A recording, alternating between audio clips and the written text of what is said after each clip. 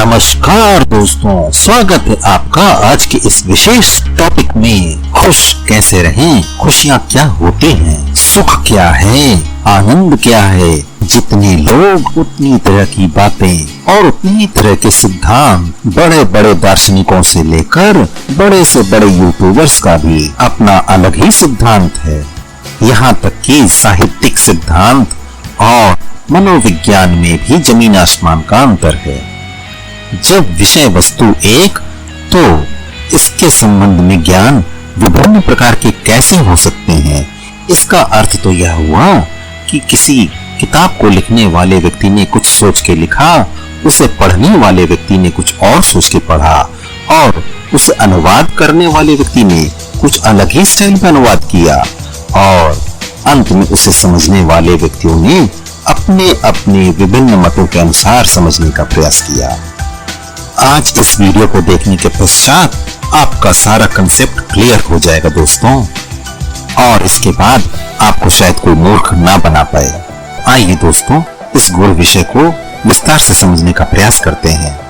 सबसे पहले यह समझिए कि हम कितने प्रकार के जगत के बारे में जानते हैं। वह जगत जो हमारी इंद्रियों से बाहर वातावरण में एग्जिस्ट करता है, उसे हम बाह्य जगत अथवा भौतिक जगत कहते हैं। नंबर 2, मानसिक जगत अर्थात मेंटल वर्ल्ड, जिसमें हम अपनी सभी इंद्रियों द्वारा बाह्य जगत से बिना किसी सूचनाओं का आदान प्रदान किए सिर्फ अपने मानसिक स्तर पर विचारों की दुनिया में खोए रहते हैं। और नंबर 3, इन दोनों जगत से परे एक ऐसी दुनिया जिसके बारे में हम सिर्फ परिकल्पना कर सकते हैं, वो है आध्यात्मिक जगत अर्थात स्पिरिचुअल वर्ल्ड और सुपरनेचुरल वर्ल्ड। इनमें से पहले दो अर्थात external world and mental world में हम आप सभी जब चाहें तब परिगमन कर सकते हैं, और इनसे सूचनाएं प्राप्त करके हम विभिन्न प्रकार के इमोशंस का भाव व्यक्त करते हैं।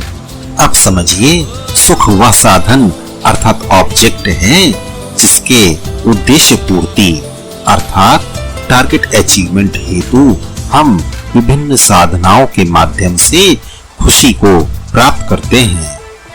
अतः यह खुशी हमारी प्रारंभिक मूल और प्रबलतम भावनाओं में से एक है। सुख अर्थात ऑब्जेक्ट्स भिन्न भिन्न कई प्रकार के हो सकते हैं, परंतु खुशी चूंकि मूलभूत भावना है, इसका सिर्फ और सिर्फ एक ही प्रकार होता है।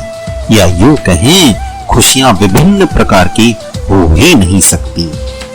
अब जिस प्रकार से हमने जगत को 3 वर्गों में बांटा, ठीक उसी प्रकार से सुख को भी 3 प्रकार से ग्रहण किया जा सकता है, अर्थात भौतिक सुख, मानसिक सुख और आध्यात्मिक सुख। उदाहरण के तौर पे किसी छोटे बच्चे को कोई विशिष्ट खिलौना देने से वह प्रसन्न हो जाता है, ऐसे ही बड़े व्यक्तियों को उनकी मनचाही वस्तु प्रदान करने से भी वो प्रसन्न हो जाते हैं।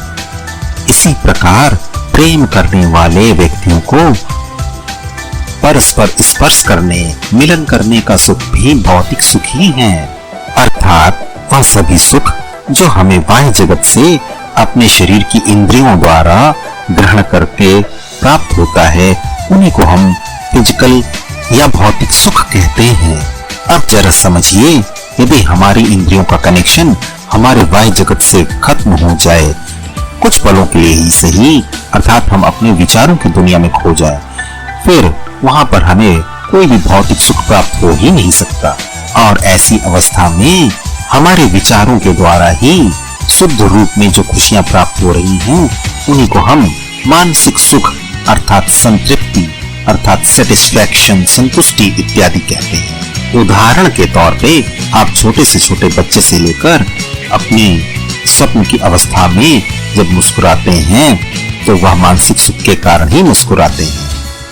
अतः हम अपनी इंद्रियों के द्वारा फिजिकल वर्ल्ड से बिना किसी सूचना को अपने दिमाग तक पहुंचाए ही सिर्फ और सिर्फ अपने मन की अवस्थाओं के कारण, अपने विचारों की वजह से अपने मन के अंदर खुशियों का प्रवाह महसूस करते हैं। यही मानसिक सुख है जो फिजिकल सुख से कहीं ज्यादा स्ट्रॉन्ग और शुद्ध होता है, क्योंकि यहाँ पर अन्य इंद्रियों के द्वारा किसी अन्य प्रकार का विघ्न और बाधा हमें सुख की प्राप्ति में बाधा उत्पन्न नहीं कर रहा होता है। अब सबसे गूढ़ और विशुद्ध रूपी सुख अर्थात आध्यात्मिक सुख को समझते हैं। आइए परिकल्पना करते हैं एक ऐसे जगत की जहां ना हमें भूख लगे, ना प्यास सताए, ना किसी का भय हो, ना कोई दुख हावी हो, अर्थात संतुष्टि का वह भाव या छोटी से छोटी कोई भी खुशी जिसके आगे किसी भी अन्य प्रकार की भावनाएं उत्पन्न ही ना हो पा रही हो, वह विशुद्धतम खुशी की अनुभूति ही आध्यात्मिक सुख है। ऐसे परम आनंद को प्राप्त करने के लिए हम और आप जैसे साधारण मनुष्य को ध्यान की उन गहराइयों तक पहुंचना आवश्यक है जहां पर हम सिर्फ और सिर्फ आध्यात्मिक जगत में सिर्फ और सिर्फ अपने जीवन के लक्ष्य अर्थात सुख की प्राप्ति हेतु ही साधना में जुट जाएं, या ईश्वर हम पे प्रसन्न हो जाएं और वह आध्यात्मिक सुख हमें भेंट स्वरूप प्रदान कर दें। यूं समझिए, आध्यात्मिक सुख का स्वाद चखने के लिए हमें भगवान को रिझाना ही होगा। आध्यात्मिक जगत से जुड़े हुए लोगों के लिए यह समझना सहज ही है, परंतु जिन व्यक्तियों का संबंध या जुड़ाव आध्यात्म से नहीं है उनके लिए यह समझना दुष्कर है। आपकी प्रकृति और आपकी अभिरुचि आप पर ही छोड़ते हैं। अब समझते हैं दोस्तों कि खुशी क्या होती है। हमारे खुशी के समय में रिवार्ड से संबंधित डोपामीन नामक न्यूरो हार्मोन का सिक्रीशन हमारे दिमाग के अंदर होता है। यही वह असली रासायनिक तत्व है जिसके कारण हम अपनी मूलभूत भावना खुशी का एहसास अपने दिमाग के अंदर करते हैं। भौतिक और मानसिक सुख के समय खुशी की प्राप्ति हेतु डोपामीन का सिक्रीशन होना आवश्यक है। दोस्तों, पिछले वीडियो में हमने आपको यह भी समझाया है कि डोपामीन का सिक्रीशन और हमारा ऑटोनॉमिक नर्व सिस्टम आपस में कैसे जुड़े हुए हैं और यह किस प्रकार से हमारे शरीर को नियंत्रित करते हैं।